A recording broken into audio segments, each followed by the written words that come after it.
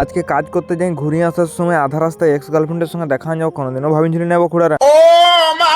তাহলে চলো ভিডিওটা প্রথম নিয়ে শুরু করা যাক। সকালে ঘুম থেকে উঠে গেলেন, দাদুর ফ্রির ব্যারাসটা নিয়ে দাঁতটা ঘষতেছিলেন।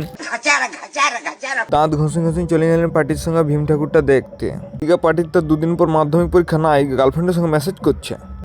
তারপরে নোয়াশাই ছক আসেন দেখছি নয় বাবা, এবারে দুটুকু ভীমটা করেন যেমন আছে কমিটিদের পয়সা শর্ট। জুতরি করে মুটা ধুই ঘর আসেন করে বাপের ফ্রির হোটেলে ভুজা আর কফি ঘন্টটা সাটাই নিলেন। জুতরি করে স্কুল ড্রেসটা লাগাই করে পার্টির হেলিকপ্টার নিয়ে বাইরে যাওয়া হলো কাজে। সকালে হেলিকপ্টারটাকে গাদিন জোরে ভকাই নিয়েছিল, তাই আমরা হেলিকপ্টারের পেট পূজাটা করিনি করি আর একটা মিস্ত্রিকে পিক আপ করে নিয়ে আমরা বাইরে গেলেন কাজে। শালবনে ঠান্ডা হাওয়া খাতে খাতে খাল বিল ঢড়া ডোবা পাইরাং করে পৌঁছে যাওয়া হলো কাজে। পৌঁছিং করে দেখার জন্য মালিক এখানে কাজে লাগিয়েছে আর গোটা হাঁকাই হুকি হয়ে বলছে। তাই আর লেট নাই করে আতঙ্কবাদীর স্টাইলে মুখে গামছাটা বাঁধি লাগিয়ে গেলেন পালিশ মারতে। আম্পায়ার হাফ টাইম হওয়ার বাঁশিটা দিয়ে দিতে আমরাও আর লেট নাই করে চার মার পা হাত গা ধুইনি করে পার্টির সঙ্গে চলে যাওয়া হলো দুপুরিয়া খাতে।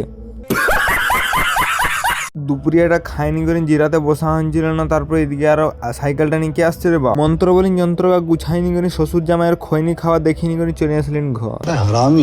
কাজ শেষ করে গান ও বাইরাতে দেখছি এক ঝাঁক পাপা কি পরি ঘুরি বেড়ায়। প্রথমে তোমাদেরকে পেঁদে বলেছেন খুড়ারা আর আমার এক্স গার্লফ্রেন্ড লয়ে যাবো। পাপা কি পরি দেখি শাল জঙ্গল চিরি ফাড়িনি করে চলে আসা এলো পার্টিদের সঙ্গে গল্প করতে করতে ঘর।